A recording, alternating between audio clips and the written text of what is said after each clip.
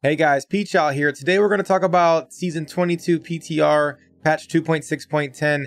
They're releasing this patch in two phases. Phase 1, we're going to get the new legendary items. We're going to get to test the balancing and the build changes. And then Phase 2 is when we're actually going to get the seasonal theme, which is the 4th cube slot and the shadow clones whenever we click pylons. Today, I wanted to recap some of the classes and some of my testing so far. Witch Doctor, Crusader, and Wizard. I think that these are the three big hits of the PTR, and I want to go in and dive in and test a little bit. So I'm going to start with the Witch Doctor, then we're going to go to Crusader, and we'll finish up with the Wizard. I'm going to throw some of the VODs up from my Twitch streams when we were PTR testing so you can see the playstyles of some of these classes. I'll also put some timestamps in the description below if you want to jump directly to specific spots of the video if you're only interested in that class. But without further ado, let's get in there and check this PTR out. Good old Witch Doctor. I have to admit, Witch Doctor is my least favorite class in Diablo 3, but it's slowly and surely creeping its way up the ladder. Mundunugos is one of my favorite sets ever created in Diablo 3. I had high reservations about zombie bears and if it would even be a fun build to play. After testing it on the PTR, I must say it's something I enjoy mechanically. Let's start with the animation. You cast Zombie Charger with the Zombie Bears rune, and the bears start behind you a few yards. They go through you about 15 to 20 yards in front of your character, and then they disappear. They don't go through any objects. They don't go through walls, wallerifics, corners, doors, anything.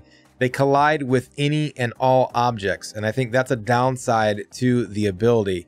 It would be a huge quality of life improvement if they would allow zombies to crash through at least the wallerifics at minimum, or to just go through objects like many other skills in the game.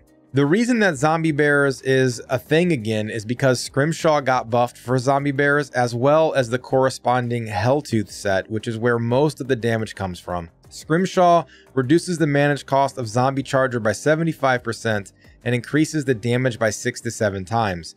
The Helltooth set got buffed from 9,000% damage to 17,500% damage, almost double the damage. The toughness of the set comes from a few pieces, and when you hit with Wall of Death, Zombie Charger, or Zombie Dogs, among other skills, you get a Necrosis buff, which reduces the damage you take by 60% for 10 seconds.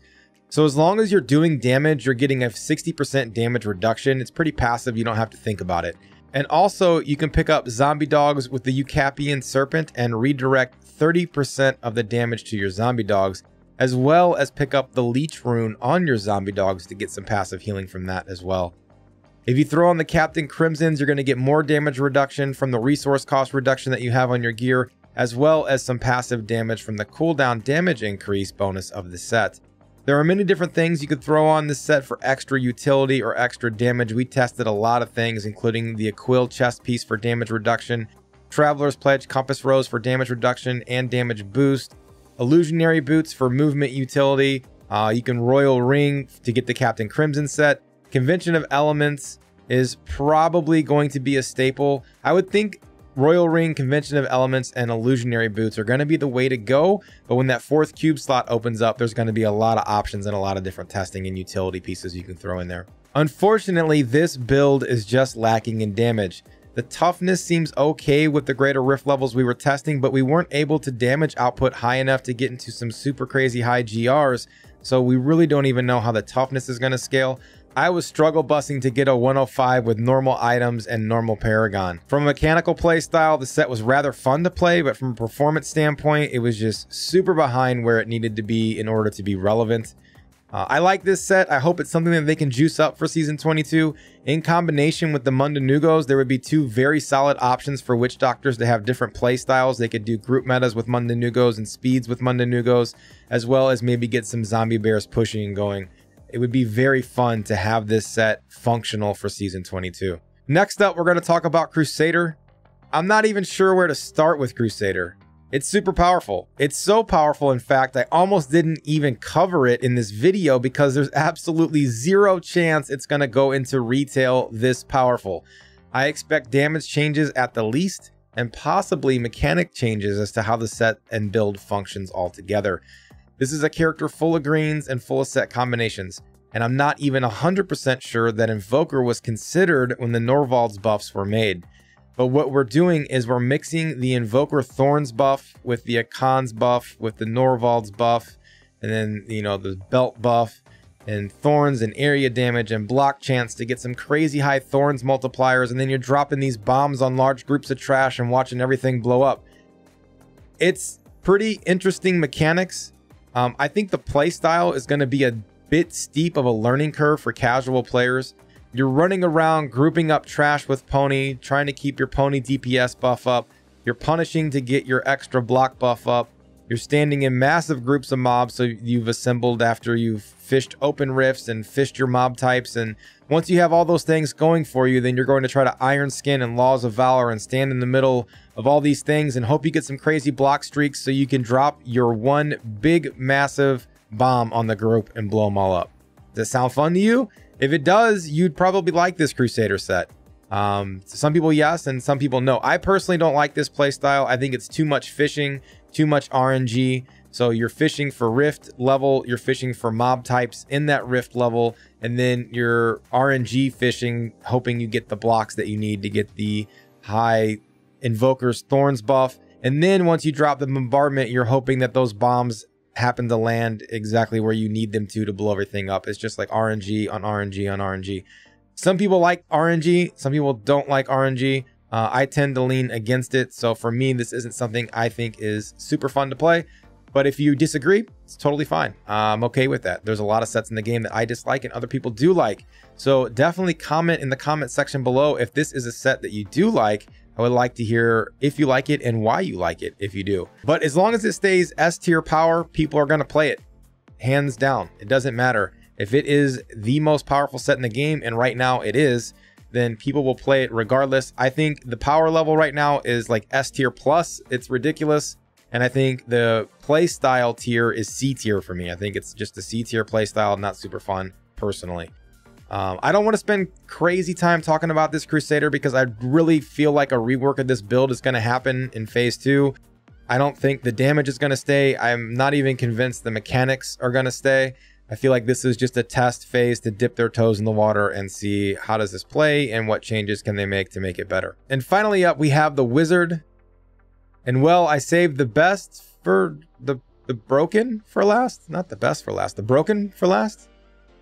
Crusader's damage is broken, but Energy Twister Wizard is mechanically broken. I had high hopes for this set. Ultimately, it's pretty unplayable in its current form. Dropping Energy Twisters in any kind of density will start to crush the servers, creating insane lag. Forget about playing with any kind of 4-man Energy Twister group builds. I mean, the damage is there, but you can't really control it and you can't get it to focus on the targets you want it to focus on. The Energy Twisters bounce all over the place, making the damage sporadic at best. And we really need a way to control the Twisters and be able to focus their damage into the targets we need to focus it into.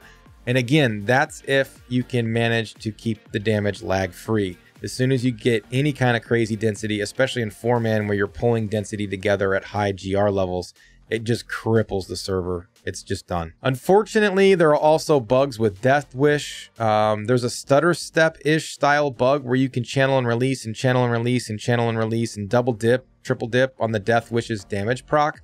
I'm not exactly sure of all the mechanics behind it, but I do know that you're double dipping and getting some crazy damage buffs due to Death Wish not dropping the instant you stop channeling and having that little delay.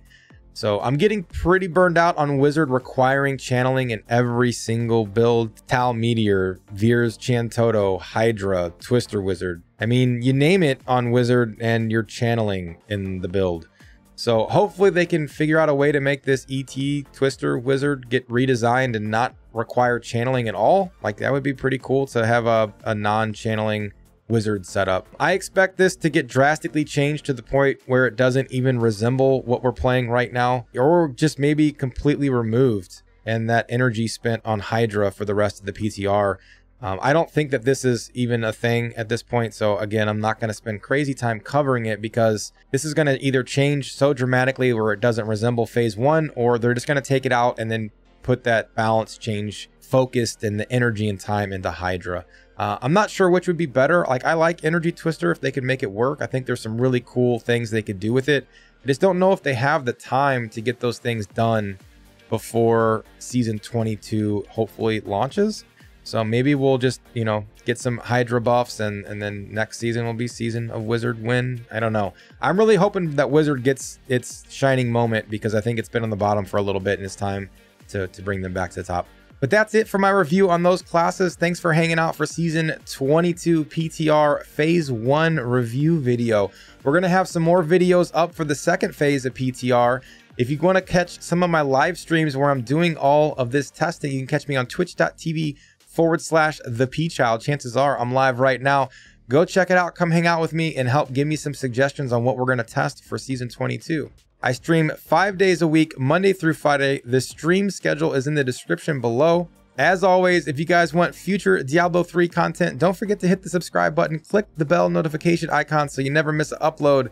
And I'll be back with some more PTR review for Phase 2 soon, as well as my weekly challenge rift videos. And I got some upcoming other things in the works too. I will catch you guys very soon. Peace.